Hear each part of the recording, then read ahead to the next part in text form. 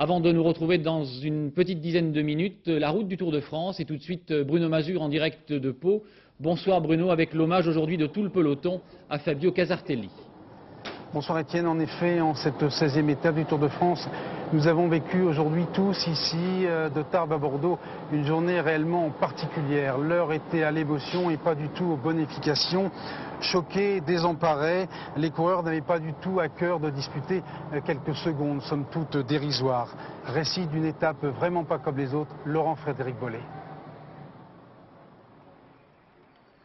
Une minute de silence qui semble durer une éternité.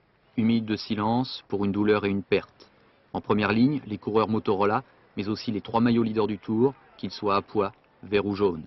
Ce matin à Tarbes, il manquait un coureur au départ. Et puis, il faut bien se mettre en route. Il y a 237 km à parcourir. Sur le toit de la voiture Motorola, le vélo de Casartelli est toujours là, orné d'un crêpe noir. L'étape est une procession et presque un recueillement. Tant pis pour les cols de l'Aubisque ou du Soudé, le peloton ne veut pas les défier. Petite allure pour une grande cause, à l'arrière, il y en a pourtant qui sont décrochés. Cruel sort pour ceux qui n'aiment pas la montagne et la chaleur, surtout après la mort d'un ami. À l'arrière encore, Giancarlo Perini, tombé hier avec Casartelli. Il s'accroche vaille que vaille, tandis qu'Indurain dicte la marche. Enfin, c'est la descente vers Pau.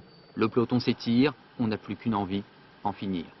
Steve Bauer, au nom des Motorola, règle les détails de l'arrivée.